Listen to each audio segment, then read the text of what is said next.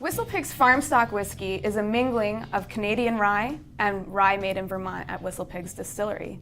Dave, can you tell me a little bit about the product and why you would choose to mingle these two products together? Sure. When we started out with WhistlePig, we kind of had plan A and a plan B. And plan A was, let's just start and make whiskey from the grain that we're growing on our own fields.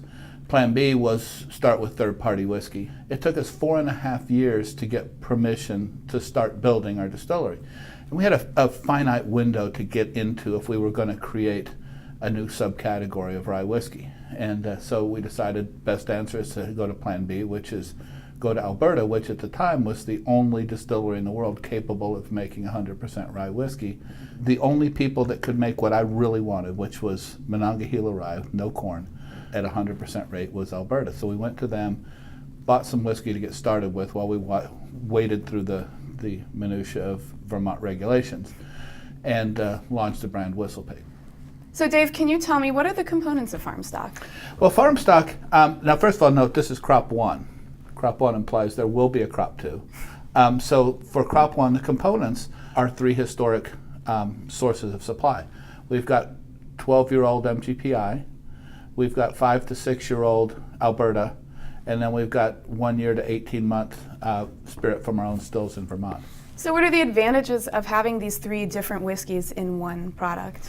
What it does is it gives us the advantage of being able to release something with our spirit in it while telling the story about our migration path at the same time. So we started with a distillate from Alberta, which is 5 to 6-year-old.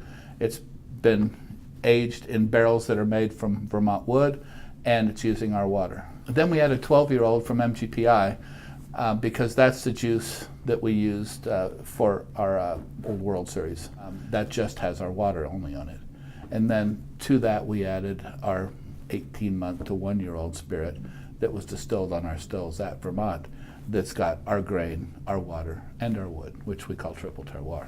If we taste it, will you be able to walk me through perhaps some of that terroir in the glass? So when we put this together, we wanted to showcase all 3 spirits at the same time. So while I want it to be holistically delicious, I still want you to be able to taste the components. So when you nose it, you're mostly going to get the effects of the older whiskey, the caramels, the butterscotch, the vanilla notes. Mm-hmm. A little spiciness, not horribly spicy, but a little. You can obviously tell it's not a bourbon, it's a rye from the nose. When you taste it, the upfront taste is going to be the younger whiskey. So you're going to get some citrus notes, and you're going to get a little tiny bit of the grainy harshness from the taste. Then as you move through, you're going to pick up, you'll notice some of the barrel impact. You'll notice the caramels and the vanillas and the butterscotch notes that are so familiar to WhistlePig fans. You're also going to maybe be able to pick up a little burnt marshmallow note from our barrels. And then the finish is going to be that big, long caramel, butterscotch, and vanilla finish that's the hallmark of our product. Cheers. Cheers.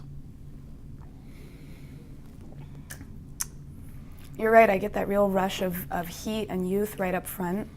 It's very zesty.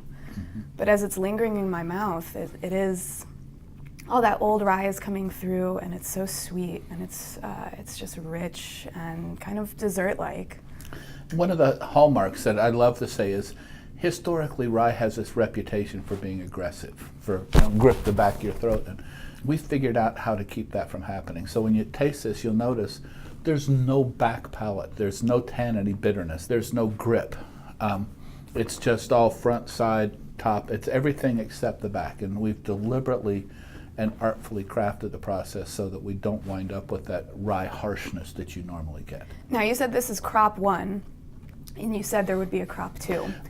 Will the recipe change over the years as WhistlePig's own whiskey? That's kind of the concept behind this is, when we released this, people wanted to know, when do we get to see your distillate?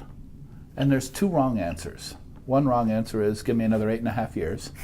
And the other wrong answer is, have some white dog. This gives us the ability to let people see our spirit and to see how it develops over time. And so the theory behind it will be crop 2 will be shifted a little bit more in favor of a percentage of our in-house spirit at an older age. And it will continue to shift older age, more of ours, older age, more of ours, until finally it's 100%. So the astute buyer would grab a bottle of Farmstock Crop 1 and hold it, and then hold Crop 2 and Crop 3 and so on. And when we finally get to 100% indigenous product, then they should do a vertical and see how bad I screwed up. Well, if this is the start, I don't think that you have screwed up anything at all. It's an absolutely beautiful whiskey.